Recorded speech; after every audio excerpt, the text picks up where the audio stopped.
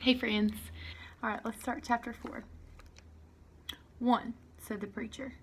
We were sitting on the couch and Winn-Dixie was sitting between us. Winn-Dixie had already decided that he liked the couch a lot. 1, said the preacher again. Winn-Dixie looked at him kind of hard. Your mama was funny. She could just about make anybody laugh. 2, he said. She had red hair and freckles. Just like me, I said. Just like you, the preacher nodded. 3, she liked to plant things. She had a talent for it. She could stick a tire in the ground and grow a car. Winn-Dixie started chewing on his paw, and I tapped him on the head to make him stop.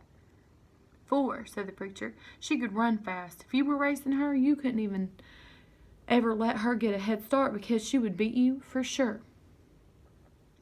I'm that way too, I said.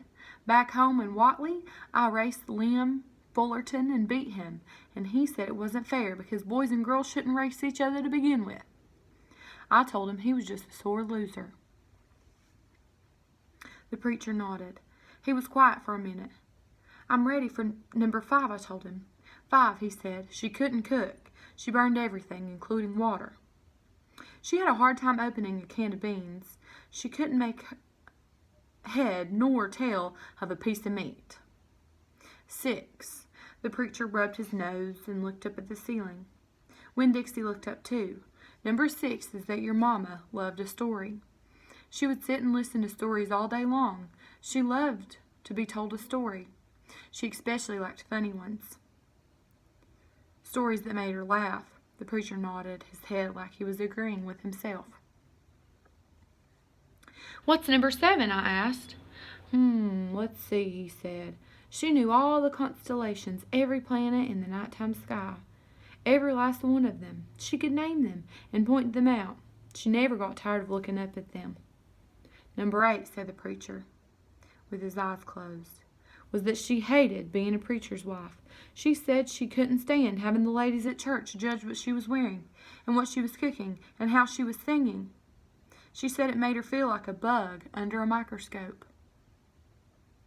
Winn-Dixie laid down on the couch. He put his nose in the preacher's lap and his tail in mine. 10, said the preacher. 9, I told him. 9, said the preacher. She drank and drank. Sometimes she couldn't stop, and that made me and your mama fight quite a bit. Number 10, he said with a long sigh. 10 is that your mama loved you. She loved you very, very much. But she left me, I told him. She left us, the preacher said softly. I could see him pulling out his old turtleneck back into his turtle shell.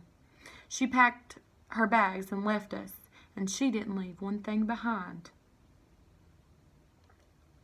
Okay, I said, and I got up off the couch. Winn-Dixie hopped off too. Thank you for telling me, I said. I went right back to my room and wrote down all 10 things that the preacher had told me. I wrote them down just the way he'd said them to me, so that I wouldn't forget them. And then I read them out loud to Winn-Dixie until I had them memorized. I wanted to know those 10 things inside and out. That way, if my mama ever came back, I could recognize her, and I'd be able to grab her and hold on to her tight and not let her get away from me again. And that's the end of chapter 4. We'll continue reading.